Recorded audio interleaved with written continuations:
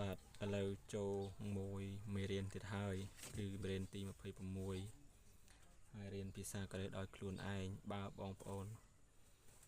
អានបើខ្ញុំអានទៅមិនត្រូវនឹងអក្ខរាអភិរក្សភាសាកូរ៉េសូមមេត្តាអភ័យទោសទុកជាមុនផងចុះបាទ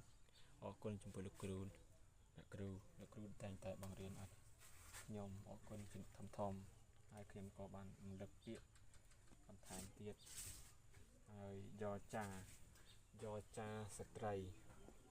ស្ត្រីយកសាស្ត្រីខ្ចង់ភីប្រែថាសន្តិសុខខ្ចង់ភីសន្តិសុខខ្ចង់ភីគេថាសន្តិសុខហើយខុងអ៊ីនគេថាទីហ៊ាន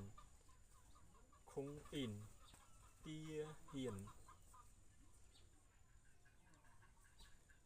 ខុងសាចាំងការដ្ឋានសំណង់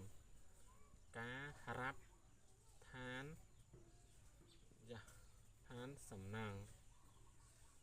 អានឹងការដ្ឋានសំណង់ណាឈុសា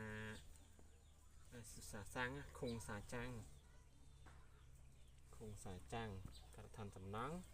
សរយូបែបតែឯកសារបាទ